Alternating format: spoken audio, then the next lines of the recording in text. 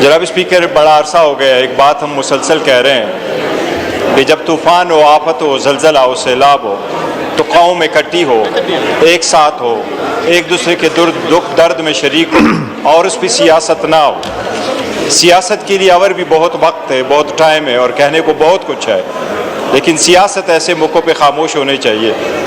آج ہم نے اور ساری باتیں سیاست کی کرنی ہے، لیکن سب سے پہلے جناب اسپیکر یہ بات لاؤں، کوئی جس کو بھی وہ کر دے، بلیم کر دے، کرٹیسزم کا وقت نہیں ہے کہ ایک دوسرے کو کرٹیسائز کر کے یہ کر، لیکن طوفانی بارشوں نے ایک نیا سٹرکچر بنا دیا ہمارے ملک کا۔ جناب اسپیکر، 15 اگست کو بنیر میں ایک سیلاب آیا، میں وہاں کے عوام کا، خان صاحب کا اسپیکر، ہمارے کئی سارے دیہات جو تھے وہ سب حد سے مٹ چکے تھے۔ اس وقت ہمارے پاس جو کنفرم فگر ہے وہ 240 اس وقت کنفرم ڈیڈ ہے اس علاقے کے، 14 ہمارے مسنگ ہے، 120 ہمارے انجرڈ ہے، 1470 دکانیں تباہ ہیں، 875 گھر تباہ ہیں، 55,000 ایکڑ پہ اراضی پہ ہماری فصلیں تباہ ہو چکی ہیں، 4,600 مویشیاں تباہ ہو چکی ہیں۔ جناب اسپیکر، 29 اسکول ہمارے تباہ ہو چکے ہیں، 14 ڈسپنسریز اور ہیلتھ فیسلٹیز ہماری تباہ ہو چکی ہے، 110 کلومیٹر پر چھوٹے بڑے ہمارے سڑک وہ 100% ختم ہو چکے ہیں۔ جہاں آپ جائیں گے ایسی فیملی نہیں ہے جس میں ایک موت نہ ہوا ہو۔ اس علاقے میں آپ جا کے دیکھیں گے تو آپ کو عجیب نظارہ نظر آئے گا کہ خدا کی قدرت ہے۔ ایک منٹ تھا کہ پہاڑی اوپر تھی اور دوسرا منٹ تھا کہ پہاڑی کے اندر انسانیت دفن ہو چکی تھی۔ جناب اسپیکر، صوبائی حکومت کا میں بڑا مشکور ہوں کہ دل کھل کر کے انہوں نے ہیلپ کی۔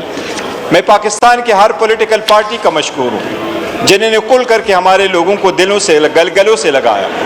میں پاکستان تحریک انصاف کے، مسلم لیگ کے، پیپلز پارٹی کے، JUI کے، جماعت اسلامی کے، ہر پولیٹیکل پارٹی کے، MKM کے، پاکستان کے دور اور روز سے لوگ آئے اور انہوں نے ہمارے درد میں شریک ہوئے۔ وہ جتنے بھی لوگ ہو سکتے تھے انہوں نے ہمارا ہیلپ کیا۔ خاص کر جناب اسپیکر، مردان، ثوابی، چارسدہ، نوشہرہ سے ہمارے لوگوں نے ہر قسم کا ہیلپ دیا، ہمیں میڈیسن دی، ہمیں کھانے پرووائڈ کیا، ہمیں کمبل دیا، ہمیں بلینکٹ دیا، جناب اسپیکر ہمیں چارپائیاں دی۔ بٹ کچھ ایسے لوگ ہیں جن سے میں ملا، وہ اپنے ٹریکٹروں کی ٹرالی میں بیٹھے ہیں اور ایک ہی بیلچہ لے کے آئے ہیں کہ ہم غریب لوگ ہیں، اگر ہم باقی کچھ نہیں کر سکتے لیکن ہم آپ کے ڈسٹ اور مڈ ختم کرنے میں ہم آپ کے ساتھ اپنے بیلچے کے ساتھ وہ آئیں گے۔ علماء کا ایک پورا گروپ آیا اور علماء کے گروپوں نے ہمارے مساجد جو شہید ہوئے ہیں بہت سارے اور کچھ مساجد جو ڈیمیج ہوئے ہیں ان کی صفائیاں بھی کر لی۔ لیکن جناب اسپیکر، NDMA کے آپ نے میسج بلایا ہے، میں یہ سمجھ رہا تھا، سوچ رہا تھا، خیال کر رہا تھا، میں نے سب کا شکریہ ادا کیا۔ اس موقع پہ میں افواج پاکستان کا بھی بے حد مشکور ہوں۔ ان کے 3 بٹالین آئے، ان کے ریلیف کیمپ انہوں نے بنائے، انہوں نے اپنے میڈیکل کیمپ بنائے، ان کے پاس K9 اور ٹرین سنیپر ڈاگس تھے جنہوں نے ہماری مسنگ لوگوں کی ڈگ آؤٹ کرنے میں ہمارا بڑا ہیلپ کیا۔ ان کے پاس ہیوی مشینری تھی، ہمارے لیے ایکسس انہوں نے بنایا، ہمارے لوگوں نے بڑا پسند کیا، ان کو ہم خراج تحسین پیش کرتے ہیں۔ لیکن جناب اسپیکر، یہ وفاقی حکومت کی ذمہ داری ہے، یہ فیڈریشن کی سب سے بڑی ذمہ داری آتی ہے کہ جب ایسا وقوع ہو جائے تو یہ کسی صوبے کی بس کی بات نہیں ہے۔ اور میں یہاں یہ نہیں رکوں گا، ہم نے ساری پولیٹیکل ایکٹیویٹیز پنجاب میں سسپینڈ کر دی ہے۔